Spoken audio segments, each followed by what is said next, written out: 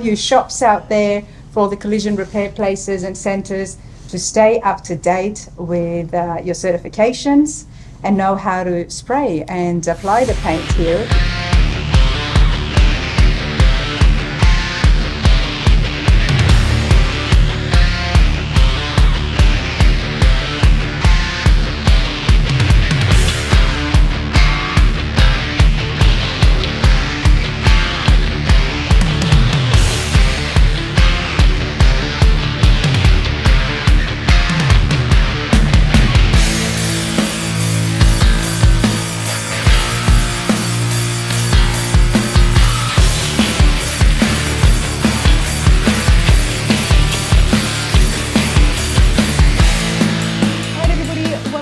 Episode of Factory Tours behind the scenes of shops in the aftermarket, the automotive aftermarket nonetheless.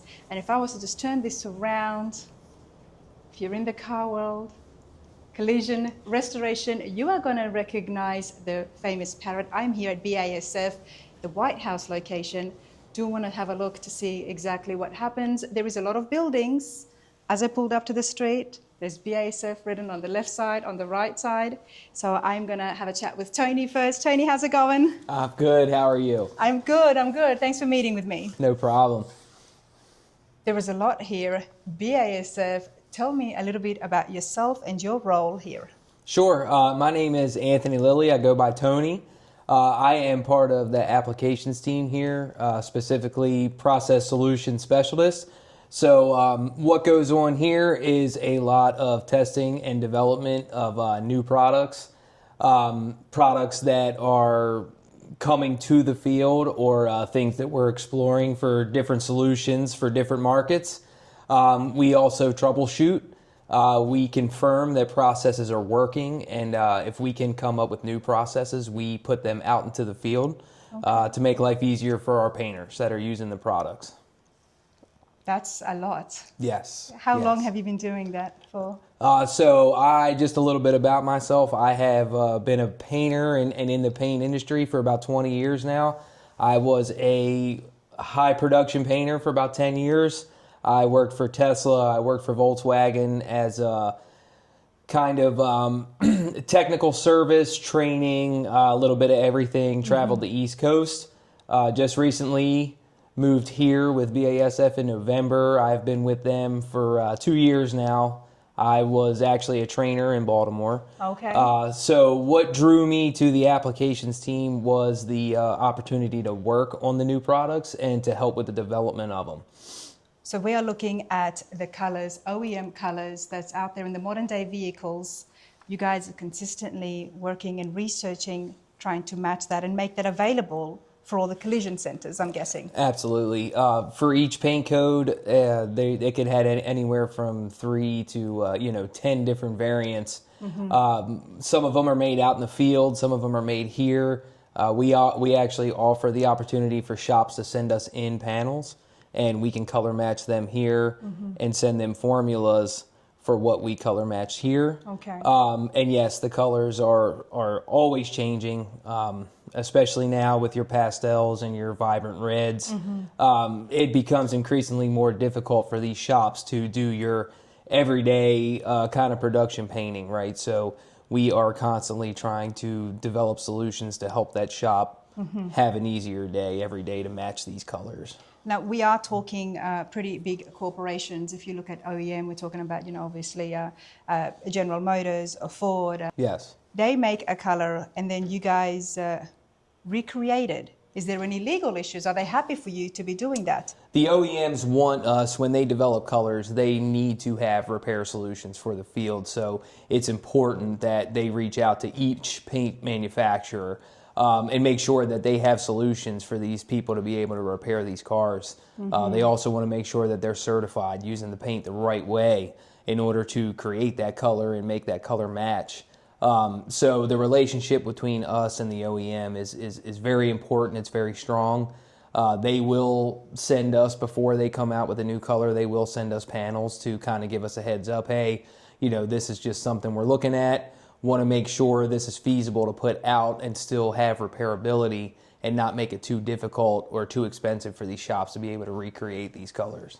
I love it because it is such a network. It's so much collaboration right there. Yes. They do rely on their cars being able to get fixed, so people don't see them as a one-off custom car. Absolutely. So Absolutely. their relationship is so strong with you, and for them to trust you, BASF, to be able to be the people behind it, that Yes. says a lot. It does, and you know, we are also in a lot of OEM facilities, so they were actually using our paint on these vehicles from the factory.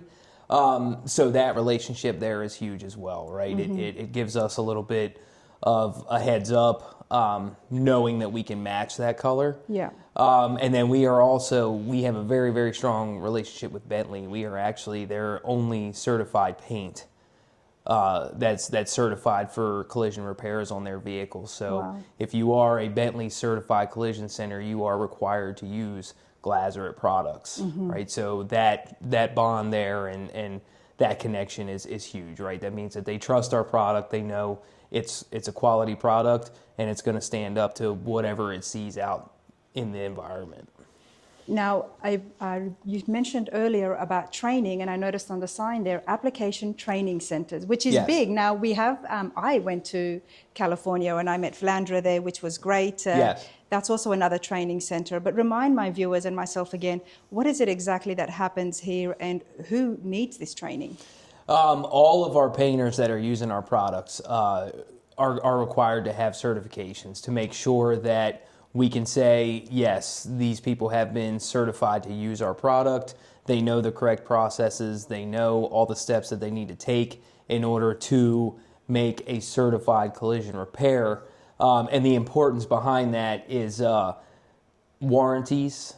These body shops have to offer warranties on their paintwork. So if you have your car repaired at their center, it's on that shop to take care of that, to take care of that repair for the life of the vehicle is what a lot of them offer. So we need to make sure, for us and for the shop that they're using it correctly, because the last thing that you want is an unhappy customer, right? For the shop or for us.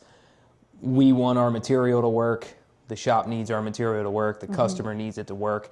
So having that certification and the training, right? Because we're not just talking certifications here. We go in depth into a lot. We have advanced preparation classes. We have color adjustment classes.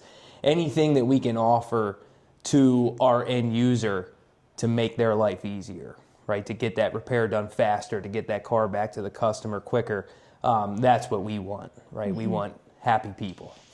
And that's where it does relate to our hot rod shop friends out there watching the channel here, that if you are applying Glazeret, then you definitely want to take advantage of these training centers. Yes, absolutely. Absolutely. This is really huge with the OEM and obviously the big companies out there. That's just on a regular, they keep sending the people to come down and get their training certified. Yes. And then for applications, like we said, we at here with Glazeret and RM, we love to innovate and we love to be innovative. So when we have new products in the works, that's where applications come in, right? They give it to us. We spray multiple panels to make sure it's behaving the way it's supposed to. We also expose it to different kind of environments. Because everything's going to work great when you're developing in a lab, but when you There's a lot that's happening in these buildings. We need to go take a walk. I mean, watching how the paint behaves, for goodness sake. Let's go take a walk, Tony, please, and show me exactly what happens here. Not just the training centers, but those paint booths. You said there was prep that happens here as well. Yes.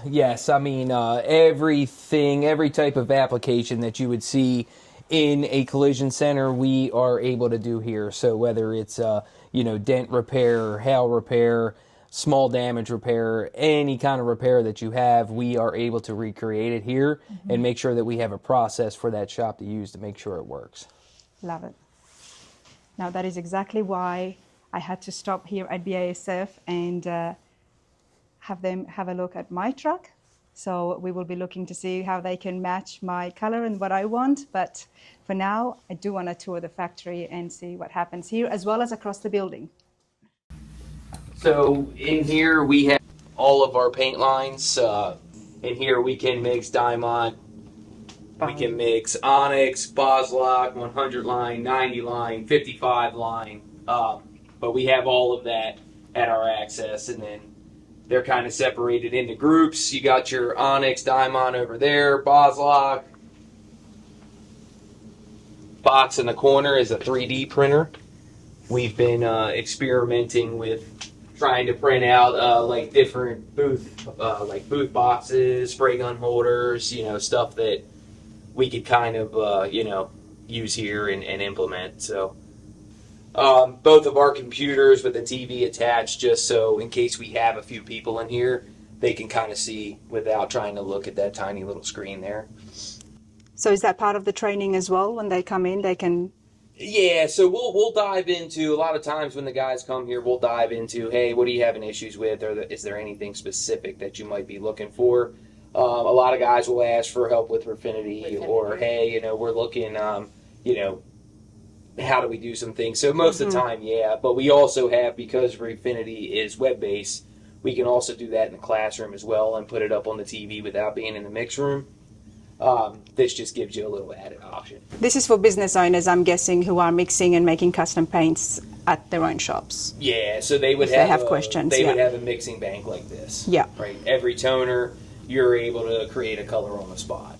So this is the mix room, and here is our solvent vault. What does that mean, Tony? So this is where we keep anything that is flammable, explosive. Basically anything that can cause harm if there is an issue. This room is fireproof. The floor is sealed, so it's easy to clean up. But essentially, it's containment, right? That's the big thing. So all the base coats that you see in there, the ones that 100 liners are only completely water-based product, but your tint, your base coat, not really flammable, not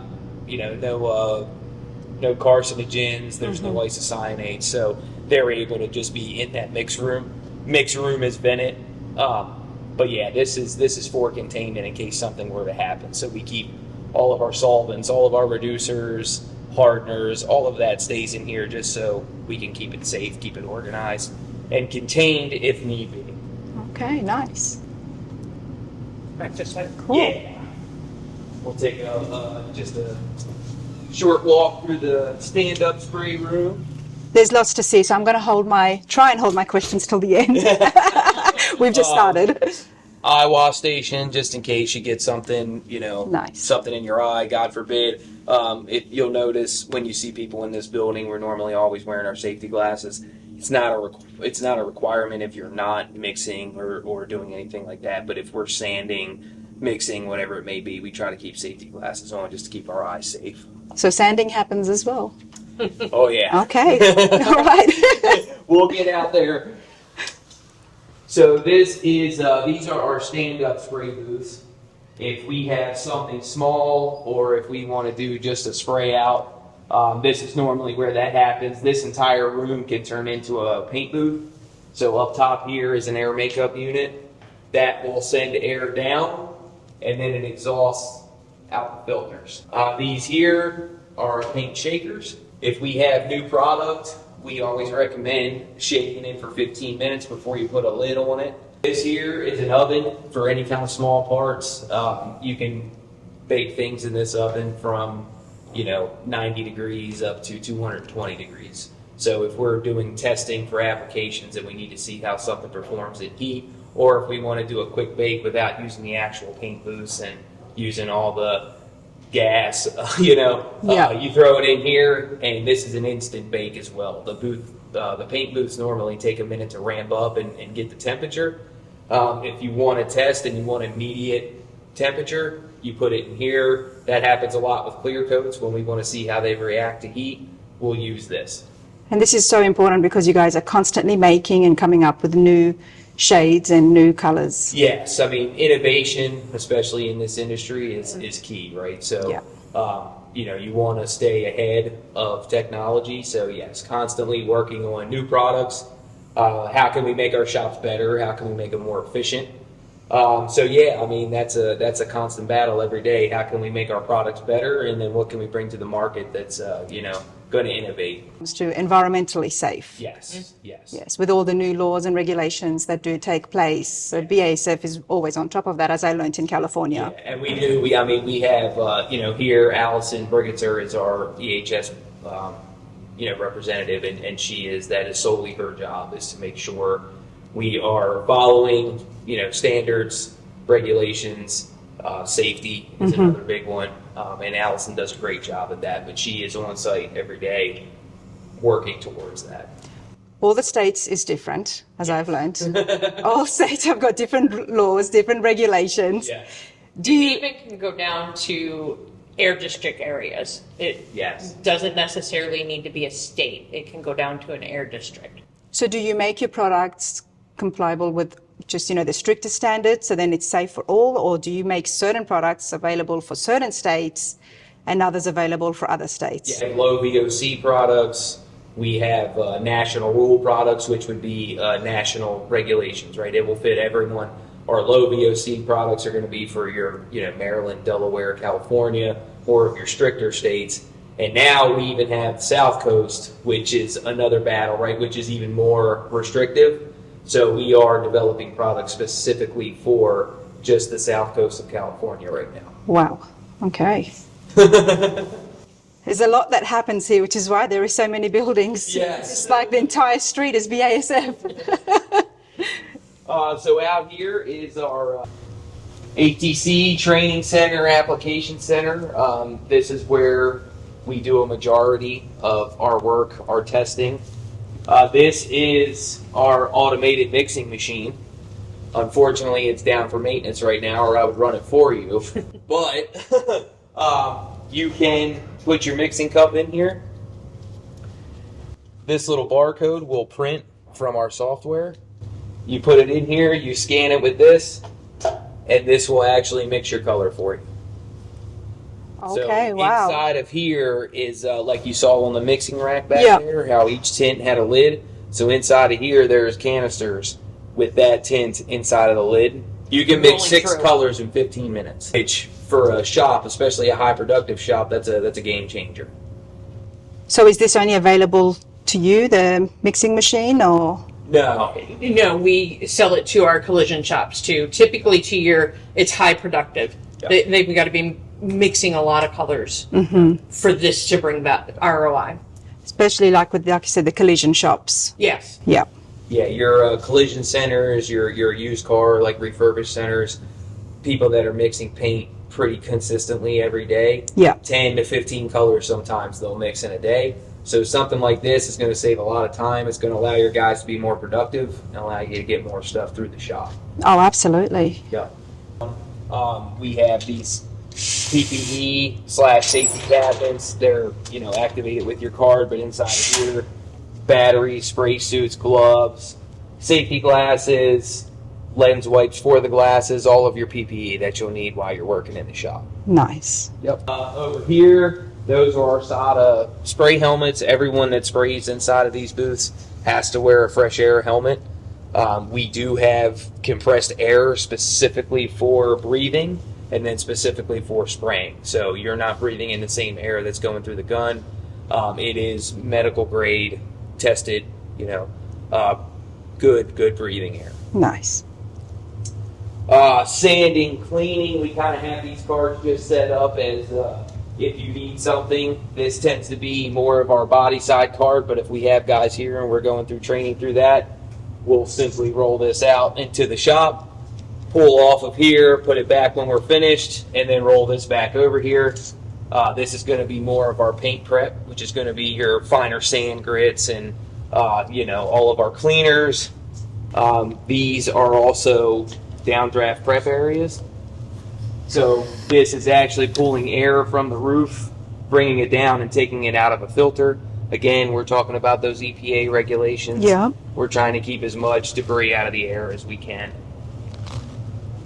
You can see all the filters.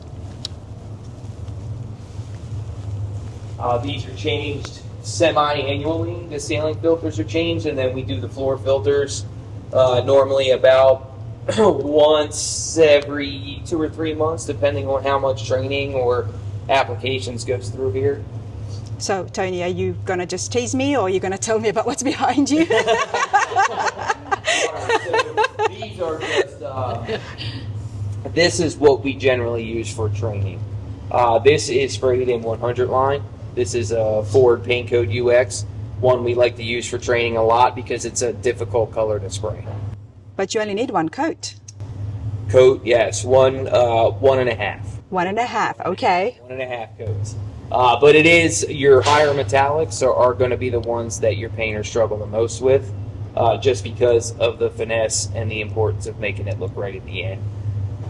With it only being 1.5 coat, you have, one shot to make it right. Mm-hmm. Now, obviously, you can go in and repair it, but in order for this to be productive and for it to use that one coat, your prep work has to be good. Your application has to be good. You have to pay attention. You have to be thorough. Make sure it's mixed correctly, so you get a finish like this. And that's with the 100 line. Yes. It's economical, but you do have to put in the work. Oh yes, absolutely. Yeah, I mean it is very user friendly, but you do want to make sure that your prep work is done correctly. Mm-hmm. Your traditional base coat systems is you spray a coat, you let it dry, you can repair while you're going. You spray another coat, you let it dry. Mm-hmm. With this, you're coming in, one shot in the booth, and then you walk out, you go back in with your clear coat. Wow. So prep work is number one. And then comes application and all that, all the fun stuff. And then we do have, these carts were custom made. They can fit these parts. They can also fit, I believe that is a Chevy Malibu front end there. But they are interchangeable, so we could use Mazda parts, we could use Nissan Maxima parts, and we can make them up to this and use whatever we like. So were these panels sprayed separately? No, these were sprayed. This whole front end was sprayed at the same time. We are using this for training next week. We have some distributor technicians coming in that want to get a little deeper into blending 100 line. So let's say we had a repair right here and we only needed to put our color right here, blending within this panel and creating a seamless finish so that you can't tell, right? So that's what we're going to be working on next week, is diving into the specifics of blending the base coat, how to make it look right, best practices. For ones that have already used the 100 line, yes, and now they've got to do repair work on it. Yes. Okay. Yeah. So a lot of the guys coming in are technicians for shops that have been spraying 100 line. Yeah. They want to go in and be able to assist better when they do have an issue. Okay. And then that's what they come here for. Right? We are the product experts. Mm-hmm. This is also 100 line. This is just a solid white. Same guys coming in were also asking about coverage and how well does this cover over certain things. So this panel was sprayed over top of a gray and a tan, and the white covered nicely, right? So we're going to get into a little bit of that as far as coverage as well. 100 line, you should be able to achieve coverage with any color in a coat and a half. There's not many that are going to require more. Yeah. But like the other lines, is it better if you have more of a lighter base underneath and then you can see that color more? So you will want a ground shade. Yeah. A lot of the colors that are coming out now, especially your pastels and these vibrant colors, they're going to require a gray shade. Mm-hmm. With today's technology, we're no longer spraying for saturation like we used to. So your old base coats, your polyester base coats, you were applying paint until whatever's underneath was completely covered. Today, with these newer vibrant colors, we're actually using, what we do is we use gray shades. We're actually using that gray underneath shade to create the color position that we're looking for. Okay. So you'll see like a real bright red is going to have a medium gray underneath of it in order to give it a little bit of vibrance, but it's also helping you achieve that color position that helps us match that factory code. Nice. And that's with all the lines? Yes. Yeah. Every line, I mean, even outside of BASF, I have been a painter for a long time. I've used many different paint lines. they all use some kind of either gray shade or color technology underneath to help them achieve that color. Okay. And that's just kind of, like I said, with these new colors, it's kind of just where the industry's going. That would explain why so much of the primer is gray as well out there. Yes, gray is very neutral. Yeah. So you can take it kind of either direction you need to go. And also the pigments are a little bit cheaper to make a gray, right? Okay, yeah. So it's also a cost-based thing. Over here, we have another computer with the TV so that we can show Refinity. And then if we have a few people here, they'll also be able to see it in the back as well, right, with this TV. This is our latest and greatest spectrophotometer. A lot of people will call this a camera. It is actually not a camera. It is called a spectrophotometer, and this is reading wavelengths and light reflection from what we are scanning. That's when you want to try to match a color. Yes, absolutely. You like that, Tony, a lot. Oh, yeah. Don't get the name wrong. It's not a camera. So what kind of things can that scan? So this will scan anything with a coating on it. Okay. So, I mean, we have even this table here. We have actually mixed this color for this table. So it's not just automotive. Okay. This can take, obviously it's not going to do metal. It's not going to give you a color for that. I mean, it will give you something. Right. But, yes, you can scan this. We could scan this cabinet and say, hey, I need to know what's the best red that I can get for this. Mm-hmm. And that will help us achieve it. This is Refinity, our software. Makes everything easy for the shop. That's our end goal is to have these shops, be as productive and make things as easy as possible so they can make money and keep using paint. This is very, very easy. Nice big letters. If we're looking for a formula, like I said over there on that truck, that is UX. It's a very popular silver Ford. We like to use it for training. So here, just that paint code UX that we had, this is going to pull up everything that's available for us to use. We would go with Ford UX. And then here, because we are the training and ATC center, we can mix this in any paint line that we make. Okay. We have a lot of options. Yeah. Most shops would not have this many options. If it was a shop that was spraying 100 line, you would simply just see 1 or 2 bars here just to make it simple for them. Some might have 90 and 100. Some may have Diamond, but it would only list the paint that you're using. Okay. That way it wouldn't be confusing. Right. We have every option here because we're the training center. So if we go in here to 100 line, this is where it gives you your options to pick your variant. So we have standard, lighter, darker, lighter, and coarser. We also have what are called service mixing formulas, and this is what some of our technicians will save out in the field. If they custom tinted a color for a shop to have it match the vehicle that's in front of them, they can save that as a custom formula. And now we have this available, and that spectrophotometer can also read these as well and pull from them. If you do scan something and it likes this, it'll tell you, hey, we like this service formula. You select it, you spray it out, and see where you're at. Very simple, very easy to use. You also have your training here as well for technicians. So if you're a painter and you're looking to see what trainings are available, you simply go here and you would go to Glazerite if you're a Glazerite shop, RN, Boslok, either one, and you can see what trainings are available.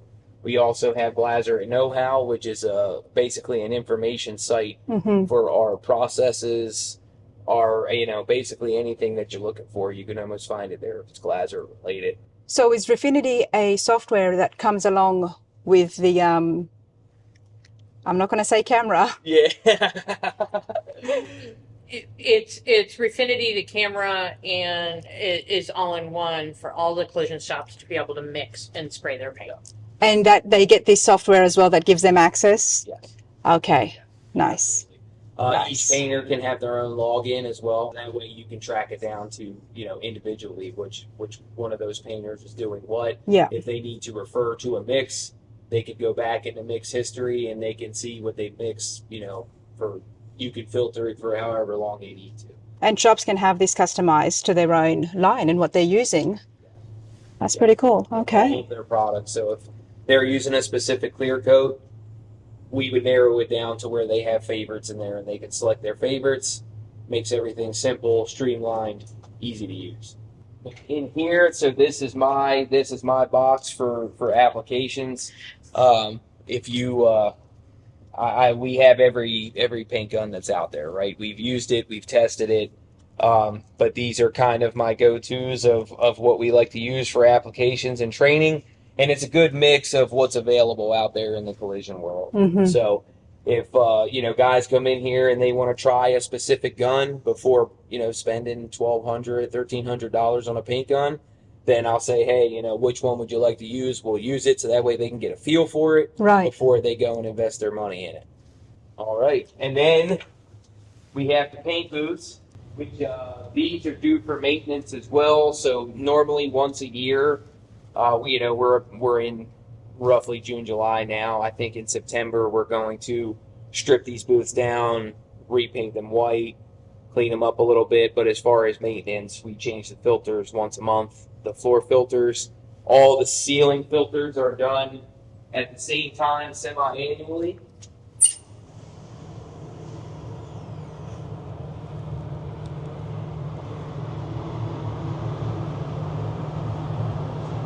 So we have fans for drying. These are our floor filters. Like I said, normally they're done once a month, depending on how much application training we're doing. Call a semi-downdraft paint booth. And the difference between having it semi-downdraft compared to the other ones? So the full downdrafts, you saw the full ceiling was filters, and then it comes and goes through the grates in the floor filters, right? So you have a full downdraft. With semi-downdraft, we only have half. So air is coming from here, and it's being pulled this way. So full downdraft is straight down. It encompasses all the body panels of a car. This one, you're only getting about half of that.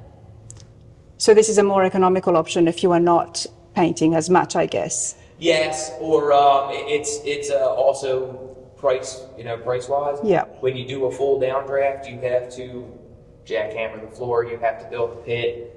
There has to be a tunnel for the exhaust to go out. So it's a little more cost effective. And then if you're a shop that's, let's say, doing a lot of parts, this is a great booth to spray parts in. And then even your shops that aren't doing automotive, let's say aircraft, where you have a lot of smaller pieces that you might be spraying on a table. Yeah. To where you don't want to have the feet getting stuck in the legs or in the grates, the feet of the stands. It's a great option for that as well because you have that full floor.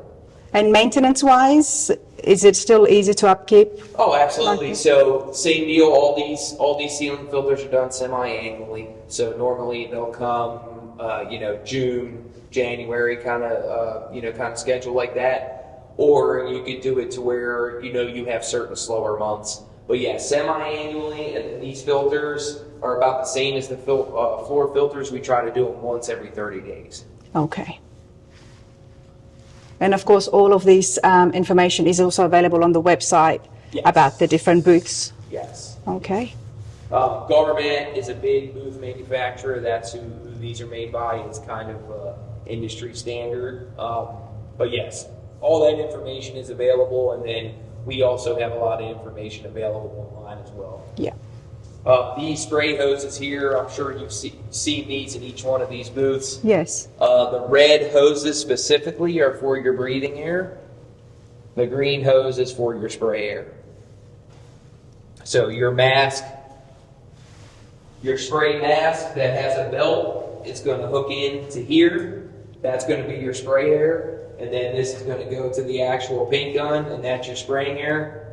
That way there cannot be any backflow. There's no possible way that any kind of paint can come and get into your mask or into your system. Okay. And that's consistent with all the different booths? Yes. So some shops, especially, it's a cost thing. Some of your shops will not have separate breathing air and spray air. So what they'll have is a hose that connects to the belt. Yep. And then the belt will have a what we call a whip hose. Will go from the belt to the gun. The issue with that is it's probably not going to happen, but there is a way, if that paint were to come through the gun and into your air hose, you could potentially get into your mask and breathe that in. Wow. Yeah. So for safety purposes, it's best to have Two separate hoses. Yeah. And then, like we said, BASF, we're about safety, so we take all the precaution here, just to keep everybody, technicians, ourselves, everything safe.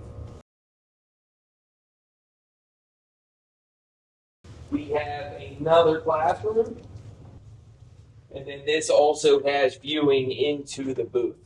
So if a shop comes here and they have managers or estimators that want to see exactly, what their technicians are doing, they actually have the option to come in here and, we can go through the training in this actual classroom, and then they can physically watch what we're teaching, what we're explaining, and then watch the application of it here so that they know their technicians are getting everything that they bargained for. There is so much involved when it comes to education with BASF. How popular are the training sessions? Very popular. Very popular. I mean, the technicians are they especially nowadays with technology advancing, they want to know as much as they can. Mm-hmm. They want to be ahead of the curve. They want to know, is there a new product coming out? Is there a new process? So they love to come to training. Plus, it's a day or two out of the shop. You get to come here, right? We order lunch, get to have a little fun. We'll play music in the shop, just kind of very relaxed atmosphere. Let them go a little bit, and then so it's great. It's like a mini vacation. So nice, and it allows them to stay up to date with their certifications. Absolutely, because that's always changing as well, isn't it? Yes, and especially OEM certifications as well. Your big three, your Ford, your GM, Chrysler. They want the technicians that are fixing their cars to be trained up to date, especially with the new technologies coming out with a lot of the radar and the self-driving. There are a lot of complexities that go into that, especially with coatings. Mm-hmm. So something as simple as a blind spot monitor, if you apply too much paint, that monitor cannot work properly, which could cause safety hazards, right? So have to be trained, have to know what's going on, especially with these new technologies coming with the EVs. Right. A lot of that is, radar sensitive. So there's a lot of things that you have to stay on top of. I'm used to seeing the hot rod shops where, usually one car is being painted at a time inside the booth. But when it does come to the big manufacturers, they cannot make a mistake because they would have an assembly line. One mistake could mean... Yes, you don't want to hold up the assembly line. Right. I was told, so I actually used to work for Tesla for a little while. The cost associated with just a 8-minute pause in an assembly line is astronomical for a big manufacturing plant. Exactly. It's a lot easier to keep the painters up to date with the regulations and come to the training centers here than to have that loss later on. And then we post bulletins on Refinity as well, right? So all of that is posted. So just in case they can't make it to a training center as frequent as they want, they do have that information available to them via the software. Okay. So information is key. It's important. All right, everybody. Before we go inside the next building, now I am here with Scott. Scott, how you going? Good. How are you? Good. Thanks for allowing me into your space today. You're welcome. I have had an awesome time just across the road at the Application Training Center with Tony, where we've been looking at how the education side of things works here and all the different training that is available through BASF for all the different shops and painters. But Scott, tell me about yourself and then tell me what happens on this side of the building.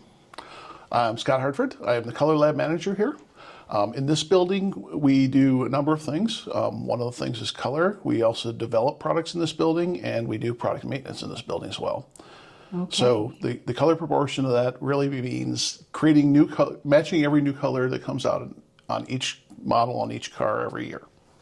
Wow, well, that is huge. First of all, you are going to be my new best friend. Okay. Because by the sound of things, you're definitely going to be helping me decide the exact right white shade for my truck.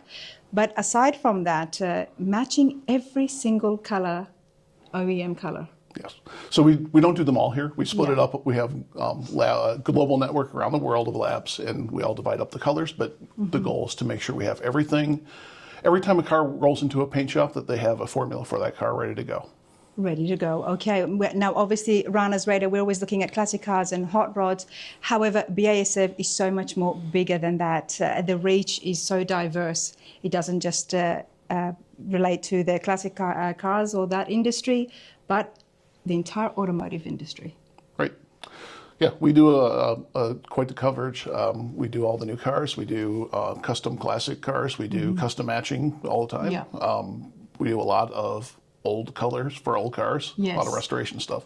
How would you guys, and probably this is a long-ended question, but do your best to explain to me, how have you managed to match those old OEM colors? Because you do have so much in stock that people can use for Right. the old 69 Camaros or So whichever one. those colors were matched back in the day, and so we would have old solutions and old paint lines, but we also have reference chip books that we can go through and match, and we do it as requested by a customer. So if somebody calls up and says, I need the 1972 Pacer green, we pull out the chip, we can match that color for them. And then do you use technology to bring it to today's standards? Especially because those paints did have so much other elements that is not allowed today. Sure, yeah. So all the colors that we match now are lead free. Depending on the paint line, they're going to be VOC compliant with low VOC areas. We'll have a solution for everybody. Right. But you're still able to match that exact Right. color, Yep, which that's is the goal. That is the goal. And I mean, the goal has been achieved, as we have seen BASF, if you've been watching the channel and seeing the interviews with these award-winning cars, some of the well-known best builders out there. I know Ring Brothers uses it, Chip Foos uses it, Goolsby Customs, Greenings. There are so many on my channel that do use the glass red line from BASF Refinish, which is why I've come here to find out if you guys can get the exact same shade of white that Brockmeyer drew on my truck. But let's go and have a look to see exactly what happens in the lab. Okay, let's go. Let's go. Basically, we have color labs around the world. There's this one and 3 others. And our role is to match all the new colors that come out every year for every vehicle everywhere in the world. And then also do local customer service. So car goes into a body shop, is wrecked, and the solution we have isn't good enough. They want something better. They can send in a car part and we'll match it. And you'll match it. Okay. That's in a nutshell. In a nutshell, I mean, well said. It's so impressive that the company is so big. Obviously, it's international, but it's across so many automotive and non-automotive as well. Or is it only automotive? So Coatings does do other non-automotive stuff, especially on the refinish side, but not a ton. It's not our focus. Okay. Yeah, it's 2%, Automotive is pretty 2% big of on its own, isn't it? Right. That's the primary focus. Right. So, and I guess we also, beyond automotive and refinish, we'll do RVs. That's a pretty good chunk of the business. Yeah. Other strange things. Up in Canada, we do a lot of door jams and windows for That's what I must have houses. seen, right? Right. So that's a pretty good business up there. But airplanes, helicopters, just Anything. if you can put paint on it, and we have a good solution, we're going to sell it. Okay. I mean, it must be tough trying to match all the, because I know you do have a whole line of the OEM classic colors that so much of my viewers do rely on. Yeah, there's literally hundreds of thousands of solutions out there now. Right. And all of those old colors that we have a solution in place, but we also need to maintain the solution so that it's still current, which is also part of what we do here. And maintaining it would require keeping it up to date with today's regulations. Partially. It's more about keeping the solutions viable. As the old toners fall out of the paint line, we replace them with new ones. And then we need to, on request, rematch those colors so that we have a viable current solution. Okay. When was the last time you had a weird color that you had to match or something you hadn't come across before? Weird color, I don't know. Or something that was difficult? Difficult, that's part of the job. There are certain colors which are difficult. We get most of the weird stuff, I guess, is stuff that comes in customer service wise. Okay. We'll get odds and ends things. The one that pops into my head is weird. It's been a long time, but was a stuffed Barney doll. Remember Barney the dinosaur? Yeah, the big purple guy. Right. They wanted the green and the blue, or green and purple matched. That was. So did they actually send you Barney, like the toy? A little doll. We ended up doing a color match for him. Oh, that's pretty cool. Certainly not our focus, but yeah. That's No, but I mean, it was a fun day in the office for everybody. weird. Here are 3 spray rooms in the building. So Marty's in here working on a new product. I don't know what he's spraying there, but he's one of the development chemists. So we do color in this building, we do product development, and then product maintenance also.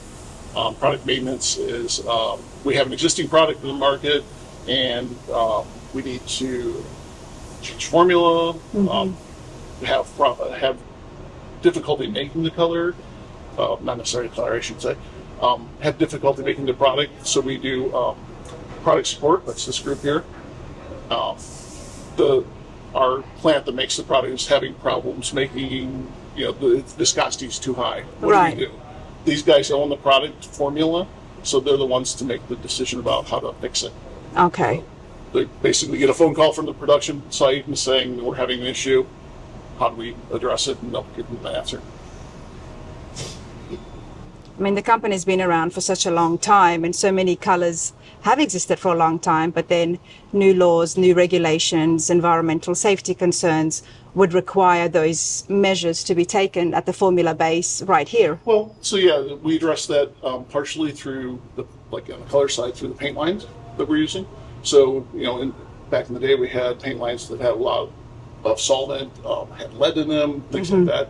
And when those new regulations come along, we have to address them.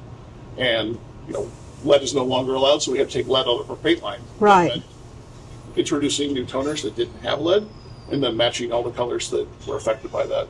VOC is another thing Yes. that comes up.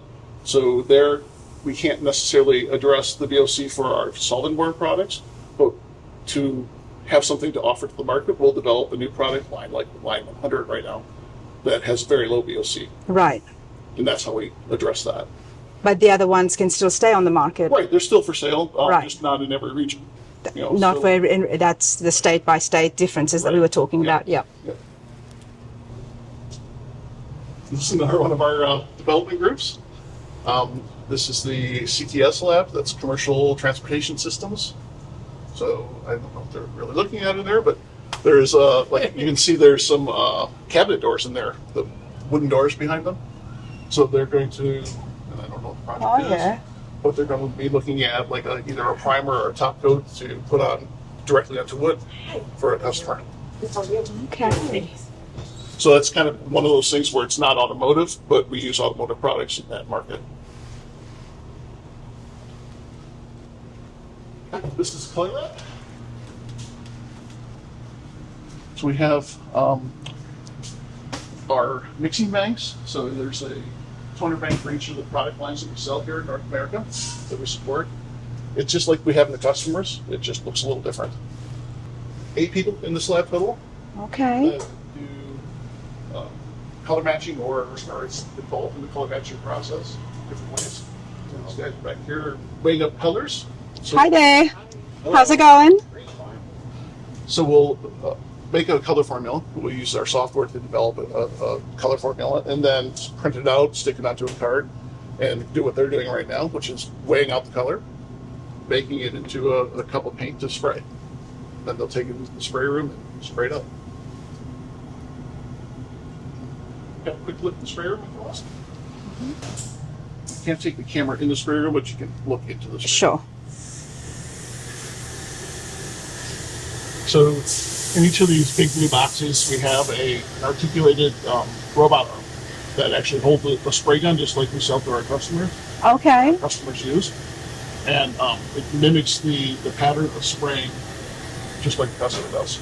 We We have a different cycle for each of our paint lines. You go in there, push number 2, Yeah. run, and you walk away, and you come back and it's done.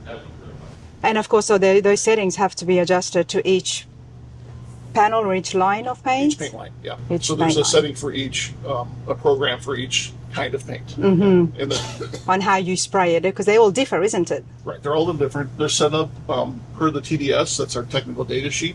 That's the way we tell our customers to spray the paint. We're going to spray it the same way. As long as we both do that, we should get good The same results, yes. I mean, for a place mixing color and making paint, it's so clean and neat. Well, that's certainly a focus. We do our best. Hi there, how's it going? Hi. Everyone's so happy on a Friday morning. It's almost Friday. weekend, right? Yeah. So this is our light room. Yeah. And in here we have, this is the room we view color in. So this light simulates what's called D65 or Northern Daylight. That's kind of an industry standard for what it looks like outside on kind of a cloudy day. Scott mentioned the light room. I thought I was going to come in here and it's going to be like, LED lights, bright as No, anything. It's dark. It's actually dark. So we would view our colors in here. This is a standardized light that we have in all of our facilities, and it's also standardized in any color viewing industry. So it's not necessarily for automotive colors. Mm-hmm. If you're working on carpet for the house and you're doing color evaluation, this would be the same light source you use in that industry as well. It gives you the true color. It's uniform. It's the same here as it is in China. It's the same today as it is next week. Oh, If wow. we're looking at light out or colors outside, today it's cloudy, tomorrow it's sunny. Right. It's very different. Interesting. So we'll view colors in here, and then we also have let-down panels, which is all these panels up on the walls. Those are basically the all the colors that are in our base coat systems, let down with either black, white, or aluminum, depending on what's appropriate. What do you mean by let down? Mixed with. Okay. So we'll take the pure tone and we'll mix it like 1 part aluminum, 1 part tone, pure tone to see what that looks like. This is sort of the way we used to do color matching back before we had computers and spectros, all the technology we have today. But look how colorful it looks, and look how nice it looks up on displayed on the wall as opposed to inside the computer. It's still useful. We still, I pulled them down a couple days ago and was Right. looking at stuff. It's not our go-to, but it's a nice tool to have. Because I'm a visual person, so I'm like, this is great. And But then again, you have so many colors, right, and you're constantly adding different shades. constantly. Yep. No one's going to have that much wall space. No, these are the toners that are in the paint line, so those are fixed. Okay, so this is the base, They and do- then they do change, but they're not. We're not adding, and it's kind of a steady number. okay, so the base is the same, Right. right? Don't mind me. You guys just do what you need to do. Just pretend I'm not even here. This is you were asking about kind of unusual colors. That's a motorcycle part with a flat, low gloss, metallic orange. I just want to see if it has like, So what she's doing right now is we're trying to determine if I can get it on there. what effect pigments are in that color. What? So the effect pigments, Okay. the sparkly stuff, The sparkly the stuff. pearls and metallics, those we can see under the microscope. Wait a minute. And we're going to look at them under the microscope to determine which ones are in there so that we know what to put into the formula. It's Okay, sort of like, if you're going to make a Does pie look like Right. and you want to make an apple pie, you need to put apples into it. right. You don't want to guess and like just throw pears in. It's Yeah. not good. So they're looking to see which specific effect pigments that we need to put into the color to make it work. So it's a little bit blurry because it's a matte clear, and that makes it unclear on the screen. But what she's looking at here is the aluminums that are in the color itself. So those little potato-looking things, those are aluminum flakes.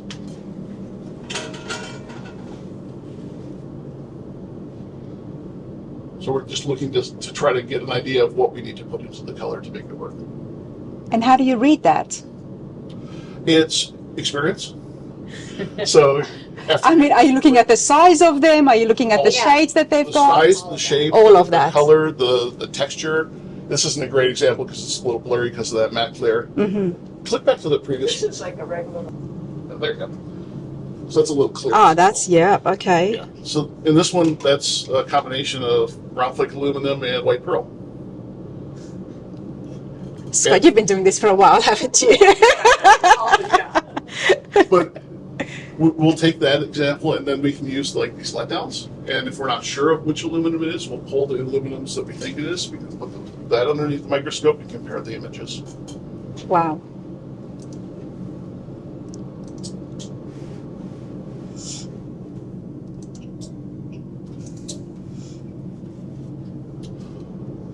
Okay. Wow, this is fascinating. Thank you. So Tina, I do appreciate you and the company. So glad I got to see you and have a chat with you. As soon as I came in, I've been busy outside with the trainers and then inside the lab as well. We didn't really get a chance to properly say hello. Remind us again, you've been with it for a very long time. You know everybody, and how long have you been with BASF? With BASF for 21 years now, in the refinish industry, going on 13 now.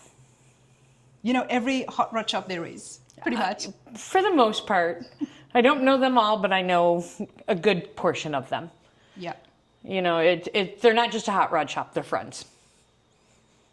The company, BASF, you have been able to match all of these OEM colors, which is why it is so big when it comes to the classic cars and the restoration, because everyone's always trying to bring back those colors or what it was to do those full original restorations. How has BASF been able to keep up with this? You know, we've been around a long time, and just years of innovating and keeping that color database. We have the largest color database, and it's keeping that color database current. So, you know, we have all of the older colors to all of the newer colors, and it's the hard work of the color lab and the whole team, not just here in Michigan, but across the globe too. And, you know, it's all of us working together. It is an international brand. Correct. And not only that, the training centers all over the country is amazing.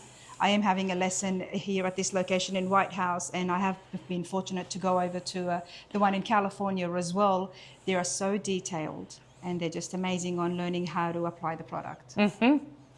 Yeah, I you know, I'll give, the trainers are amazing, you know, and not only that, but I think they're led by a really good team. Yeah. So our trainers here in North America are led by Ralph, and I think he does a really good job to driving that consistent message across all of his trainers here in the US and Canada. I love that. From my experience as somebody who had never sprayed paint before, the first time, there is a video, you can have a look. It was absolutely terrible. I went too fast. I've had another lesson at a different center, and all the trainers are amazing, but it's the way it has been educated, the way it gets taught. I feel more confident after only just a second lesson. And that says a lot. So if you are already out there in the shop painting and used to all of the equipment and applying paint, then obviously you're really going to benefit from these sessions.